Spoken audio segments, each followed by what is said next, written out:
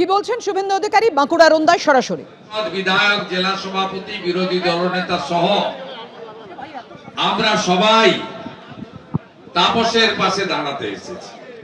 আমি ধন্যবাদ জানাই জেলা সভাপতি তাপস বসুকে, আমি ধন্যবাদ জানাই স্থানীয় বিধায়ক লড়াকু নেতা অমরনাথ শাখাকে, আমাদের বাঁকুড়ার বিধায়ক সম্মানীয় নীলাদ্রি দানা, আমাদের ইদাসের বিধায়ক নির্মল ধারা, সোনামুখীর লোকপ্রিয় বিধায়ক দিবাকর ঘরামি, জাতীয় ন্যাশনাল কাউন্সিল মেম্বার, বাঁকুড়া জেলার ভূমিপুত্র আদিবাসী নেতা ক্ষুদিরাম টুডু, আমাদের বিভাগ কনভেনার বাঁকুড়া, আসানসোল, পুরুলিয়ার বিশিষ্ট লয়ার বিল্লেশ্বর সিনহা, প্রাক্তন জেলা সভাপতি সুজিত অগস্তি, বাঁকুড়ার প্রাক্তন জেলা সভাপতি ইনচার্জ সুনীল রুদ্র মণ্ডল সহ সম্মানিত মঞ্চ, আমি প্রত্যেককে অভিনন্দন জানিয়ে আপনাদের কাছে ব্যথাতুর হৃদয় নিয়ে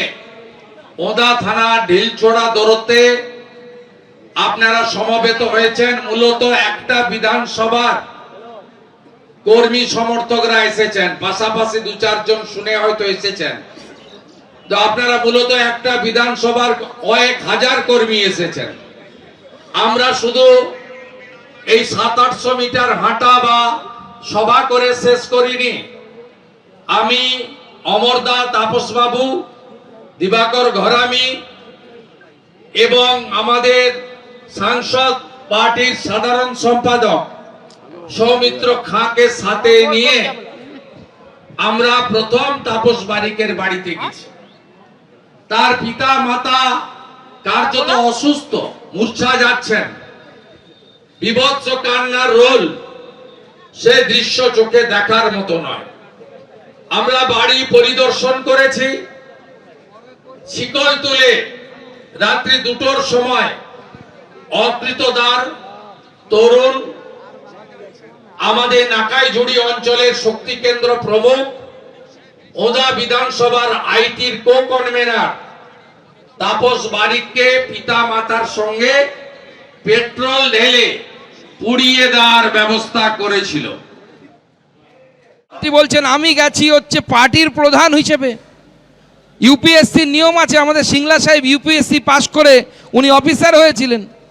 যদি একজন ব্যক্তি, আমারও দুটো পরিচয় আছে, আমি রাজনৈতিক ব্যক্তিত্ব, এখানে যেমন রাজনৈতিক সভা করছি, আমি আবার মন্ত্রী, সেখানে আমি সরকারি কাজ করি। যখন আমি সরকারি কাজ করি আমার পিএস আমার সাথে থাকে, সে ইউপিএসসি অফিসার। কিন্তু যখন আমি রাজনৈতিক কাজ করব, এখন আমি রাজনৈতিক কাজ করছি, দেখুন আমার পিএস আমার সাথে থাকবে না, সেখানে নেই, কারণ সে সরকারি অফিসার। তার কাজ মন্ত্রী সুকান্ত মজুমদারের সাথে থাকা, বিজেপির নেতা সুকান্ত মজুমদারের সাথে থাকা তার কাজ না। কিন্তু মুখ্যমন্ত্রী বলছেন আমি তৃণমূলের নেতা হিসেবে গেছি ওখানে। তাহলে প্রশ্ন, রাজীব কুমার তাহলে ওখানে কি করছিলেন? সেই শুনে পাড়ার ছেলেপেলে দেখি, আমার পাড়ার ছেলেপেলে গান বেঁধেছে, আমাকে গান শোনাচ্ছে, বলছে দাদা গান শুনে যান। বলে কি গান? দাদা আপনাদের সময়, আপনারা যখন স্কুল কলেজে পড়তেন তখন একটা গান ছিল, শুনেছেন তো? বলে কোন গান? বলে দিদি তেরা দেবর দিবানা। তো বলছে তোরা কি গান বানালি?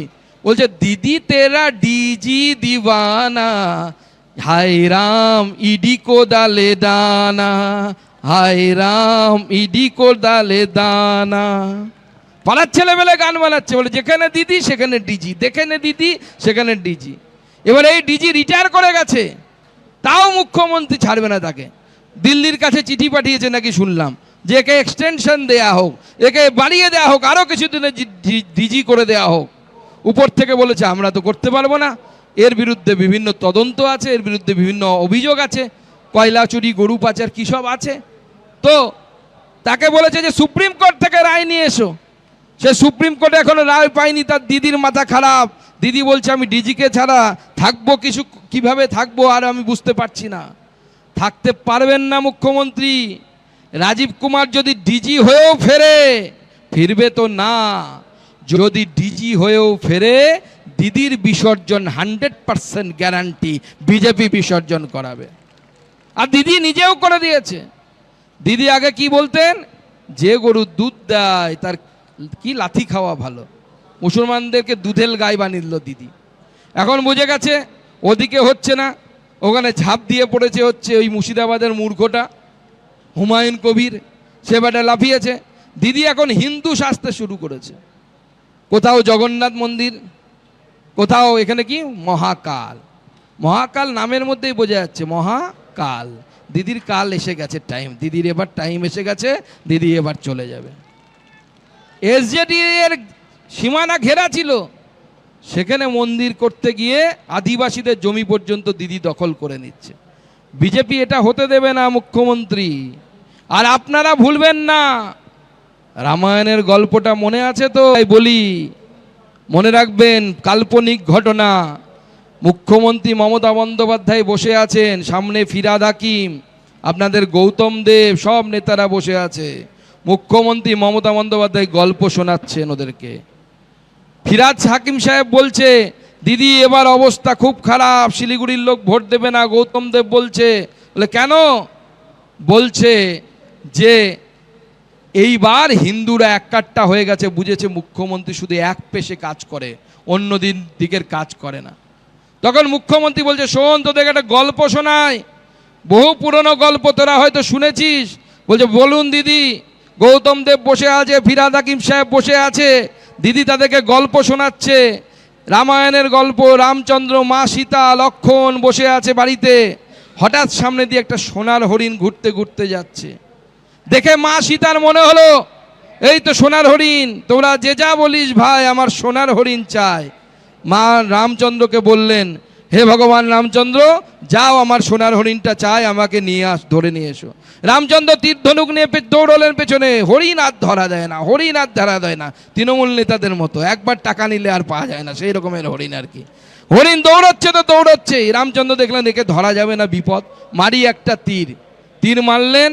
হরিণের পেটে গিয়ে তীর বিঁধল।